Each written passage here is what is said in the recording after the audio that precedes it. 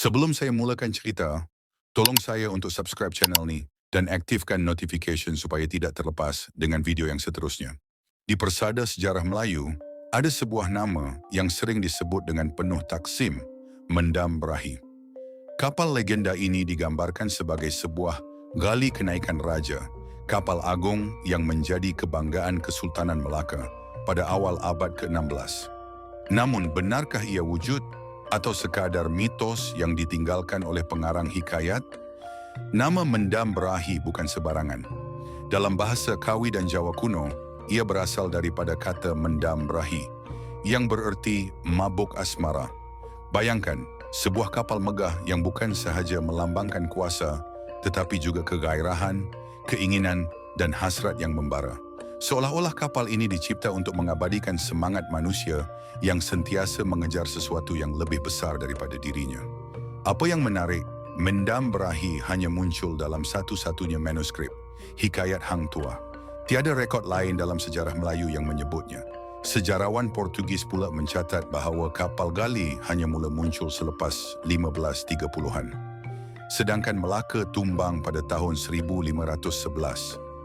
Ini menimbulkan persoalan, adakah kapal ini benar-benar pernah berlayar di lautan Melaka? Atau sekadar bayangan yang dilakar pengarang hikayat untuk mengangkat martabat bangsanya? Yang pasti orang Melayu ketika itu lebih terkenal dengan kapal lancaran dan banting.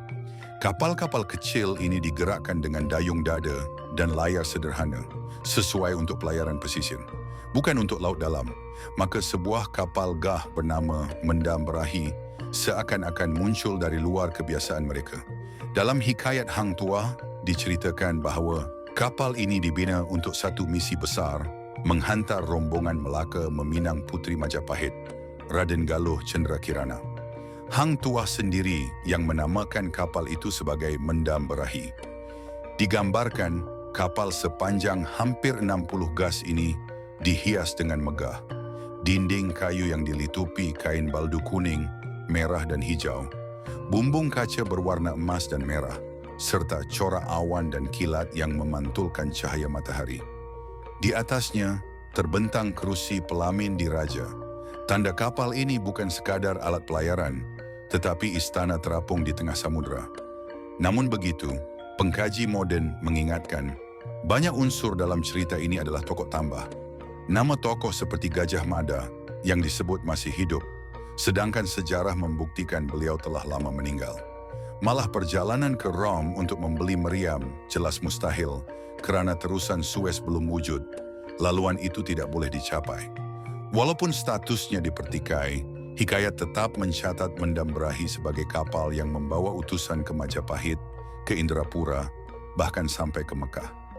Ia menjadi saksi kepada pengembaraan Hang Tuah dan sahabat-sahabatnya.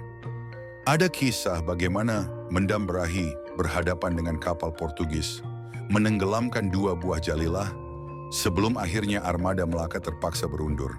Ada juga kisah ia berlayar jauh ke tanah Arab, membawa pulang meriam dan senjata api, tanda usaha Melaka untuk memperkukuhkan kekuatannya.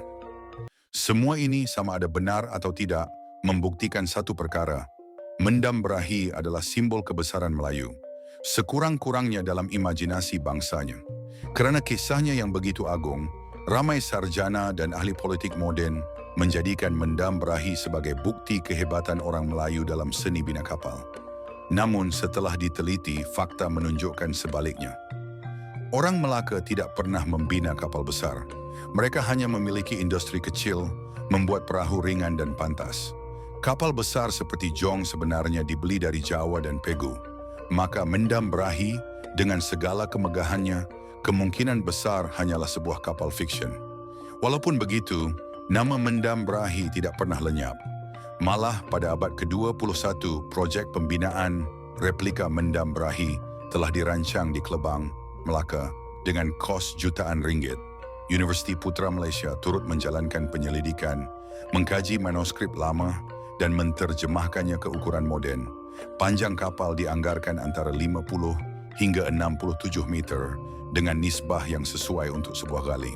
Namun ada juga cendekiawan tempatan yang menolak usaha ini, menegaskan bahawa kapal sebegini tidak pernah wujud dalam sejarah sebenar Kesultanan Melaka.